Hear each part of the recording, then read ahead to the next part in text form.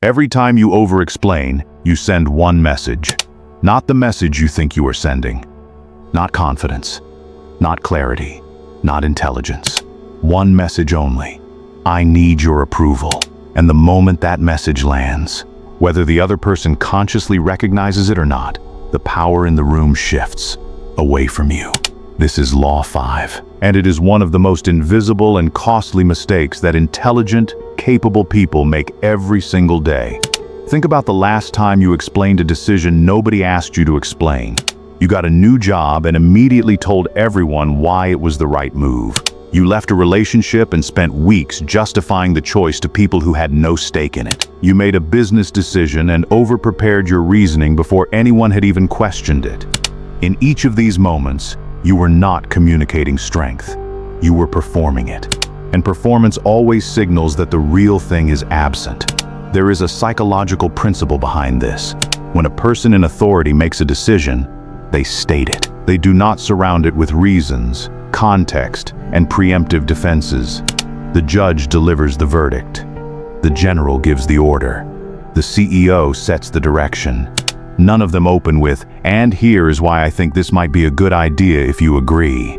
Authority does not seek permission.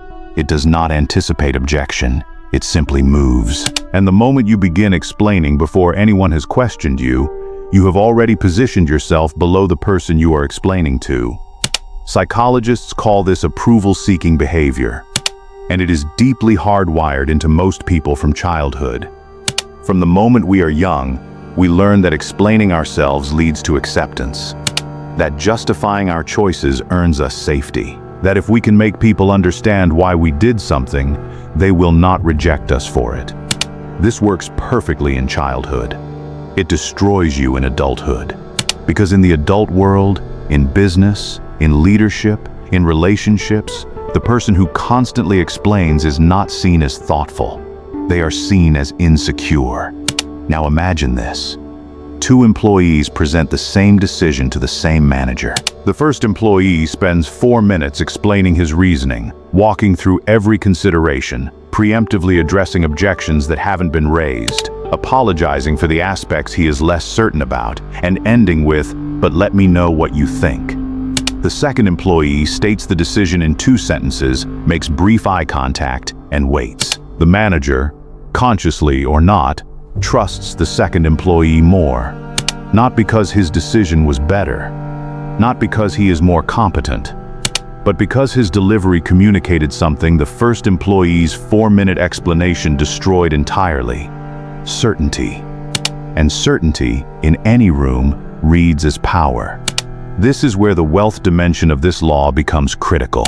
Every time a business owner over-explains their pricing, they invite the client to negotiate. Every time an entrepreneur over-justifies their product, they signal that the product cannot justify itself. Every time a professional over-defends their rates, they tell the market they are not certain their value is real. The most expensive consultants in the world do not explain their fees at length. They state them. And the silence after the number is not emptiness. It is the sound of value being communicated without words. The price that requires no defense is the price that gets paid. The Stoics had a name for this discipline: economy of speech.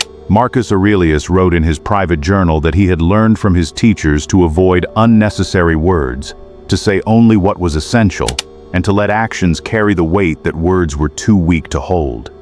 He ruled an empire of millions and wrote his private thoughts in the simplest possible language. Not because he lacked the capacity for complexity, but because he understood that complexity performed for an audience is not wisdom.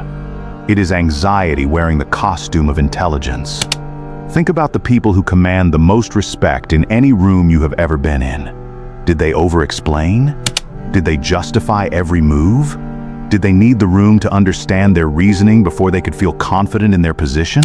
Or did they simply speak once, clearly, and then hold their ground in the silence that followed? The people who explain the least are almost always the people trusted the most, not because they withhold information, but because their restraint signals that they do not need your agreement to feel certain about their own choices. So here are 3 principles. Write these down. First, state it once. Whatever the decision, The price, the position, the answer. Say it clearly, say it once, and then stop talking. If someone needs clarification, they will ask. If they push back, that is not a signal to explain more. That is a signal to hold your position more quietly. The urge to add more words after you have already said the thing is almost always anxiety, not wisdom. Learn to recognize it, and then choose silence instead. Second, replace justification with questions. When someone pushes back on your decision and you feel the urge to defend it, try this instead. Ask them a question. What specifically concerns you? Or what would make this work for you? This single shift does 3 things simultaneously. It removes you from the defensive position. It puts the other person in the position of explaining themselves. And it gives you information without costing you any authority. The person asking the questions always controls the conversation more than the person answering them. Third, let your results speak first. Before any meeting, any negotiation, any conversation where you feel the pressure to explain yourself, ask one question internally. Is there a result I can point to instead of a reason I need to give? A track record? A completed project? A previous outcome? Results are self-explanatory. They carry a weight that no amount of verbal justification can match. Build the result first. Then walk into the room and let it do the talking. Respect begins where explanations end. The most powerful version of you does not need the room to agree before you can act. Does not need understanding before you can move. Does not need approval before you can feel certain. That version of you states, holds, and moves. While everyone else is still explaining, you are already 3 steps ahead. Strong people state. Weak people justify. The next law drops soon. Until then, stay dangerous.